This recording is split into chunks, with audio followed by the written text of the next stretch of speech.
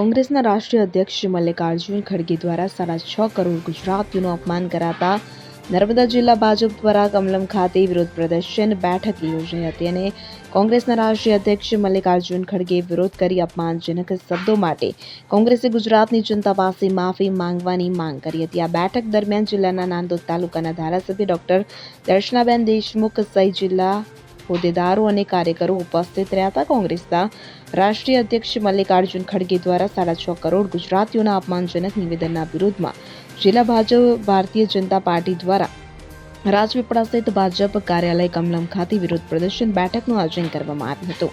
આ વિરોધ પ્રદર્શન બેઠકમાં જિલ્લાના ધારાસભ્ય ડોક્ટર દર્શનાબેન દેશમુખ વિશેષ ઉપસ્થિત રહ્યા હતા। તેમની સાથે ભાજપના હોદ્દેદારો, મોરચા પ્રમુખો, પદાધિકારીઓ તેમજ મોટી સંખ્યામાં કાર્યકર્તાઓ હાજર રહ્યા હતા। આ પ્રસંગે ધારાસભ્ય ડોક્ટર દર્શનાબેન દેશમુખે જણાવ્યું હતું કે ગુજરાતના લોકો માટે 6.5 કરોડની જનતા માટે મલ્લિકાર્જુન ખડગે જેવા સિનિયર આગેવાન અને કોંગ્રેસના પીઢ કાર્યકર જ્યારે ગુજરાતીઓ માટે આવા અભણ અને મૂર્ખ જેવા શબ્દો ઉપયોગ કરતા હોય ત્યારે મને એમની માનસિકતા ખબર પડે છે કે કોંગ્રેસીઓએ એમની માનસિકતા કેવી છે કે ગુજરાતીઓ એમને ક્યાંક ને ક્યાંક ખટકે છે। આ ગુજરાતીઓએ આખા દેશને વાત કરીએ આપણે મહાત્મા ગાંધીજીની કે જેમણે માર્ગદર્શન આપ્યું અને વૈશ્વિક સ્તર ઉપર આ ભારત દેશને એમણે જે રીતના લઈ ગયા અને ભારત દેશને આઝાદી અપાવવાનું કામ કર્યું, એવા જ લોખંડી પુરુષ સરદાર વલ્લભભાઈ પટેલ કે જેમણે 562 રજવાડાઓને એક કર્યા અને ભારતને અખંડ ભારતને બચાવવાની એક કોશિશ કરી હતી। આજે એવા જ લોખંડી પુરુષની જ્યારે 182 મીટર ઊંચી પ્રતિમાનું નર્મદા જિલ્લામાં નિર્માણ થયું ત્યારે આ જ કોંગ્રેસીઓએ એમનો પણ વિરોધ કર્યો હતો।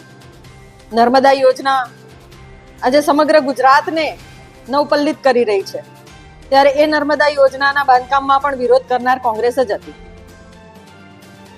ત્યારે મારે મલ્લિકાર્જુન ખડગેને પૂછવું છે કે 6.5 કરોડની આ જનતા જે ગુજરાતીઓ છે કે જે ગુજરાત એક રોલ મોડલ તરીકે દરેક જગ્યા ઉપર પ્રસ્થાપિત થઈ ચૂક્યું છે અને હાલના ભારતના વડાપ્રધાન નરેન્દ્રભાઈ મોદી અને ગૃહમંત્રી શ્રી અમિતભાઈ શાહ, આ બે ગુજરાતીઓએ આજે ભારત દેશને જે રીતના આગળ લઈ ગયા છે એ આર્થિક રીતે હોય, સામાજિક રીતે હોય, રાજકીય રીતે હોય, સ્વરોજગાર વાત હોય કે પછી સંરક્ષણના દિશામાં વાત હોય, પરંતુ આજે દરેક ક્ષેત્રમાં આજે ગુજરાત ખૂબ જ આગળ વધી રહ્યું છે ત્યારે ક્યાંક ને ક્યાંક આ કોંગ્રેસીઓને ગુજરાતની જે આ ક્ષમતા છે, ગુજરાતનું જે આ ટેલેન્ટ છે અને ગુજરાતીઓની જે હિંમત છે ને એ હિંમત એમને ક્યાંક ને ક્યાંક ખટકે છે। પરંતુ આવનારા દિવસોમાં જ્યારે તાલુકા પંચાયત અને જિલ્લા પંચાયતની આ ચૂંટણીઓ આવી રહી છે ત્યારે આ કોંગ્રેસીઓએ ચેતી જવાની જરૂર છે કે તમારા આવા બેહુદા અને અસભ્ય ભરેલા જે તમારા જે ભાષણોમાં તમે ગુજરાતીઓને જે રીતના તમે વર્તન કરો છો એ વર્તનનો જવાબ આ ગુજરાતની પ્રજા તમને આપી દેશે અને તમારે માફી માંગવી જોઈએ ગુજરાતીઓને। તમારા આ શબ્દોનો અમે સખત શબ્દોમાં વિરોધ પ્રદર્શિત કરીએ છીએ। દીપક જગતાપ સાથે રાજપીપળા। હવે જુઓ દેશ દુનિયાની તમામ ખબરો તમારી આંગળીના ટેરવે। ઉઠાવો મોબાઈલ અને ગૂગલ પ્લે સ્ટોર પરથી ડાઉનલોડ કરો અમારી CN24 ન્યૂઝ મોબાઈલ એપ।